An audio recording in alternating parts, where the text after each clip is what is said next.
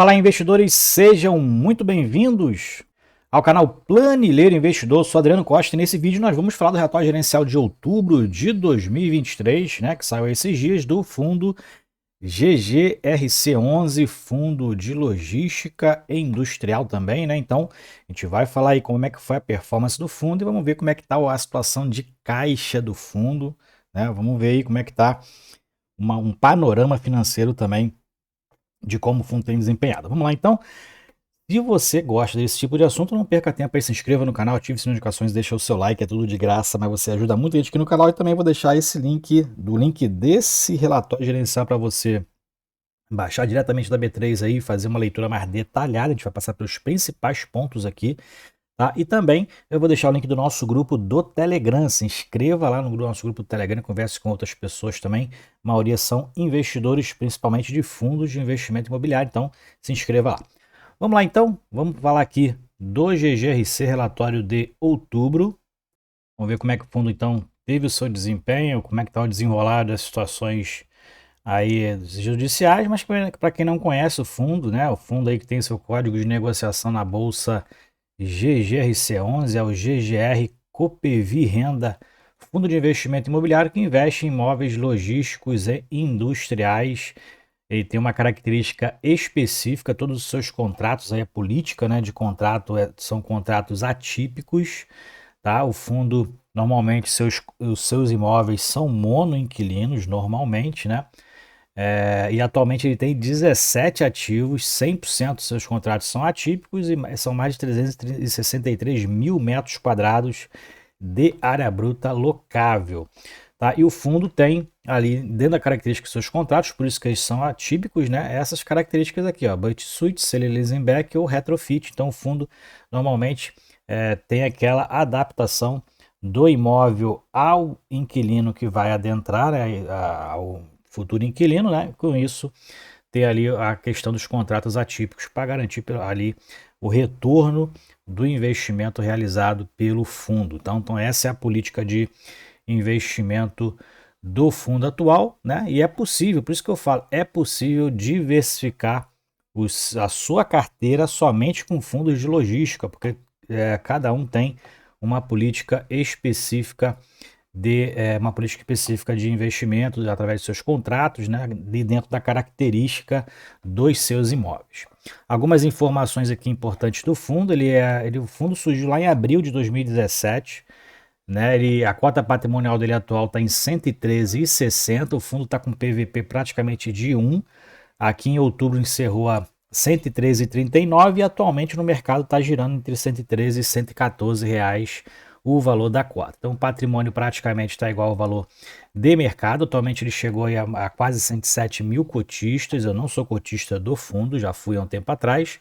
Código de negociação na bolsa GGRC11, volume mensal aí de liquidez no mercado, 27,3 milhões de volume mensal. O fundo atualmente tem uma taxa de administração e gestão de 1,10, paga rendimentos mensais, já fez 6 emissões de cotas, uma até recente agora, Dividendo de outubro foi de 0,93 ou 93 centavos. E o prazo de vencimento médio dos contratos está em 6,14 anos e ele tem 363 mil metros quadrados de área bruta locável. Então, isso aqui é alguns números importantes, O fundo é um fundo bilionário, então, em ativos. Mais para baixo a gente vai verificar a questão.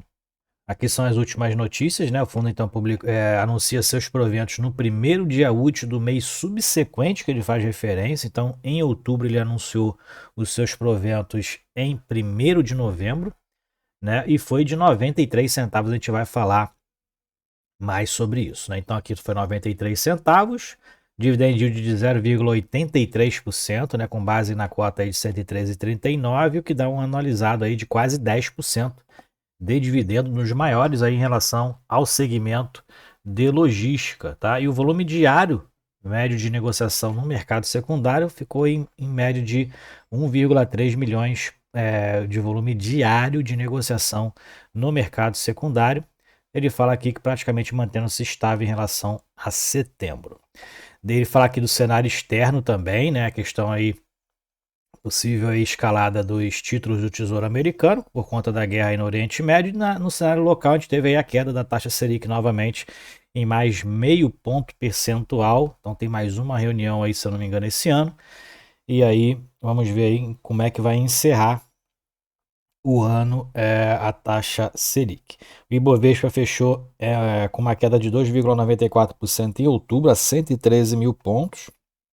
Mas quem está acompanhando o Ibovespa em novembro já verificou que ele já alcançou quase os 126 mil. Então, uma escalada aí monstruosa aí do Ibovespa nesse mês de novembro, né? Recuperando aí praticamente o ano inteiro, né?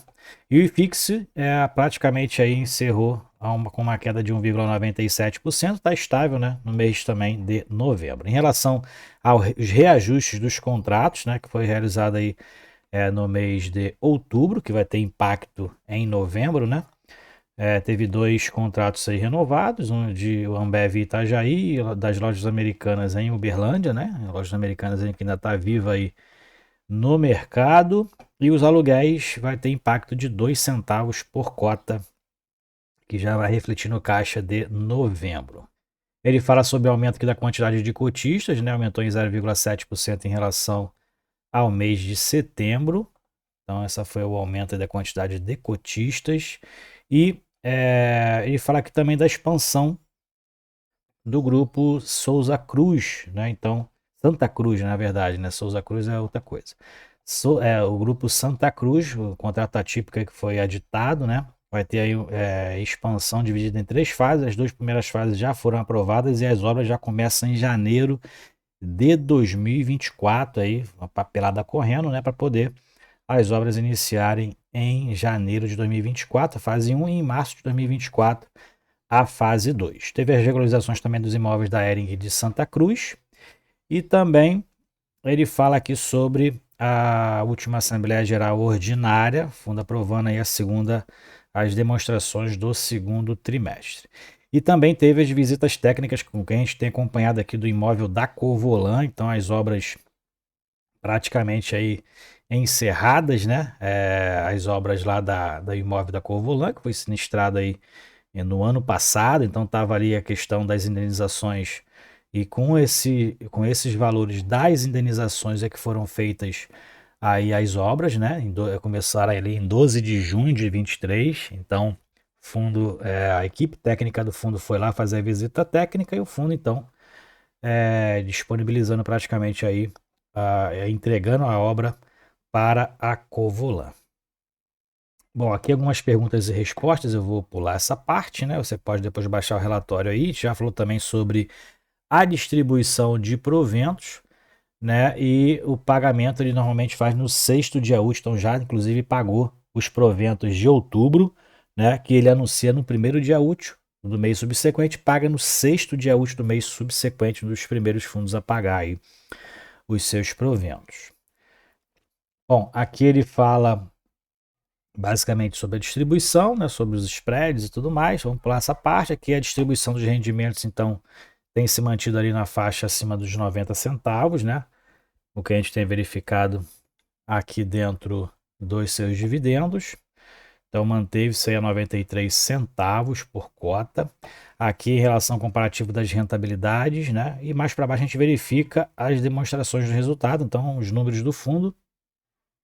A gente verifica aqui que a receita teve um pequeno aumento aqui da receita de locação, mas o impacto maior foi, né, percentualmente falando, foi a receita com renda fixa, a receita com renda variável, que aumentaram significativamente com relação aos meses anteriores, tá? Então, mas, é claro, né, a receita com renda variável, o renda fixa, teve os impostos aqui embaixo também, então que diminui um pouquinho esse ganho, tá? E o fundo teve, então, um resultado de 7,7 milhões, um aumento significativo em relação a setembro, né? E o fundo, então, usou parte do caixa para distribuir 8,4 milhões, 93 centavos por cota, né? E aí você se pergunta, mas, pô, se o resultado distribuído foi maior que setembro, por que diminuiu a distribuição por cota, né? Porque o fundo teve aí uma emissão uma emissão recente, né? Então aumentou a quantidade de cotas a serem aí rateadas, né? Então por isso tem um valor maior distribuído, porém o valor por cota ele reduz. Bom, aqui ele fala da performance do fundo, né, em relação ao IFIX, ao CDI, ao IPCA, né, conforme está aqui, fundo performando melhor que esses três índices aí praticamente desde o início do fundo, né, a gente verifica aqui no gráfico, performando melhor que esses índices, né, nos últimos 6 anos. E na rentabilidade, desde o início, o fundo está com 77% de retorno, é isso somando o valor da cota, valorização da cota, né, ou desvalorização, mais os rendimentos. Aí desde o início a gente verifica esses pares que ele comparou no gráfico de linhas acima. Dentro da rentabilidade no mês de outubro, o fundo teve uma rentabilidade negativa no valor da cota de 2,75%, distribuiu proventos, então a rentabilidade em relação aos rendimentos foi positiva em 0,82%. E aqui tem os outros números, né? CDI foi 0,85 e FIX foi em queda.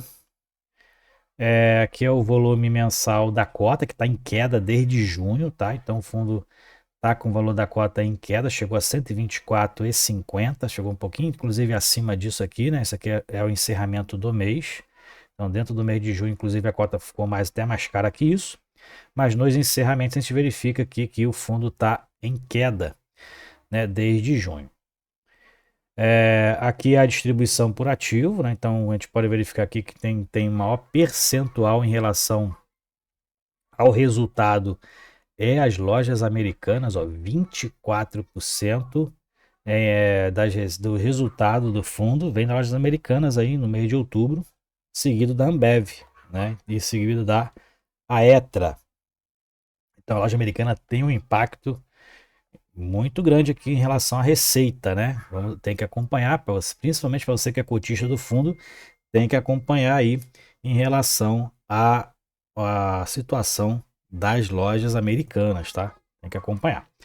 Aqui em relação ao balanço, a gente vai pular essa parte, fundo aí encerrando com aproximadamente 1 bi em patrimônio líquido, né? Aqui é a questão dos passivos, aí o fundo não tem não tem alavancagem praticamente, né? O fundo tem dívidas aqui muito pequenas, em torno de 160 milhões de reais em relação ao seu patrimônio. É bem baixa e praticamente o índice de alavancagem do fundo é zero, porque o caixa do fundo ele é um pouquinho alto. Vamos ver aqui como é que está o caixa do fundo através do seu informe mensal. Esse é o informe mensal do fundo, ó. Então tem aqui a database, é a mesma database do relatório, então encerrou com quase 107 mil cotistas, ativo quase 1,2 bi, patrimônio 1 bi praticamente, né? E a gente verifica que a disponibilidade do fundo atualmente está em 113, quase 114 milhões de reais investidos em renda fixa, tem um pouquinho aqui praticamente aí em caixa, né? Mas tudo isso aqui é disponibilidade de liquidez imediata, quase 114 milhões de reais. Claro que tem aqui ainda recursos ali vinculados à oferta pública, à emissão, né? Mas o fundo aí com caixa bem significativo, né? Ainda tem valores a receber aqui de 36 milhões de reais. E o fundo com um total aí em passivos de 152 milhões de reais, só que aí praticamente aqui 9 milhões em relação aos rendimentos a distribuir no mês e a taxa de administração que é paga e as obrigações mesmo aqui de médio e longo prazo somam aí em torno de 140 milhões de reais. Então praticamente o índice de alavancagem do fundo aí muito baixo, né? O fundo muito saudável, inclusive financeiramente. Aqui para acelerar, né, que é a composição por estado. Então é importante você compartilhar esse vídeo, principalmente se você mora no Nordeste, no Norte, no Centro-Oeste. A gente verifica que os percentuais aqui de pessoas que investem nesses estados, né? Claro que tem a população significativamente menor do que o Sudeste, mas a gente tem que ajudar a disseminar essas informações aí, chegar esse tipo de investimento para outras pessoas aí aprenderem também a investir na bolsa de valores. Outubro prevê aí um reajuste contratual de 26%, né? O próximo reajuste mais significativo é dezembro, quase 19%. E a gente verifica que, inclusive, aqui na composição da receita por região, 50% vem do estado da região sudeste, tá? 50% da região sudeste. E dentro da tipologia que é em relação à logística industrial, o principal que é logístico, 62% o restante industrial, e o segmento, o ramo de atividade dessas empresas, a maioria é comércio varejista, tá? Essa varejista, a gente verifica que Americanas tem um principal impacto ali, né? O reajuste aí em relação ao índice de reajuste, maioria IPCA, 93% da sua receita é reajustada pelo IPCA. E o vencimento dos contratos, a gente está de olho aqui, né? 2025, 35% do contrato vence em 2025. A gente está acompanhando essas renovatórias aí, né? E aqui são os imóveis. Você pode baixar o relatório aí, entender um pouquinho aqui, né? De cada imóvel, logístico, industrial. O fundo tem aí 17 imóveis dentro do seu portfólio. Essas são as empresas aqui, os imóveis que elas estão localizadas. Então, é isso aí então, né? Esse é o relatório atualizado aí do GGRC11, situação financeira também do GGRC11 está excelente, né? Praticamente a índice de alavancagem zero, o fundo aí tá de vento em popa, mas tem que ficar de olho nessa empresa aqui, a situação dela no mercado, a gente verifica que ela está ainda um pouco problemática, né? E tem um impacto bem grande aqui nas receitas do GGRC11, ok? É isso aí então. Deixe suas opiniões aí nos comentários dos vídeos, tá bom? Fiquem com Deus, até o próximo vídeo. Tchau, tchau.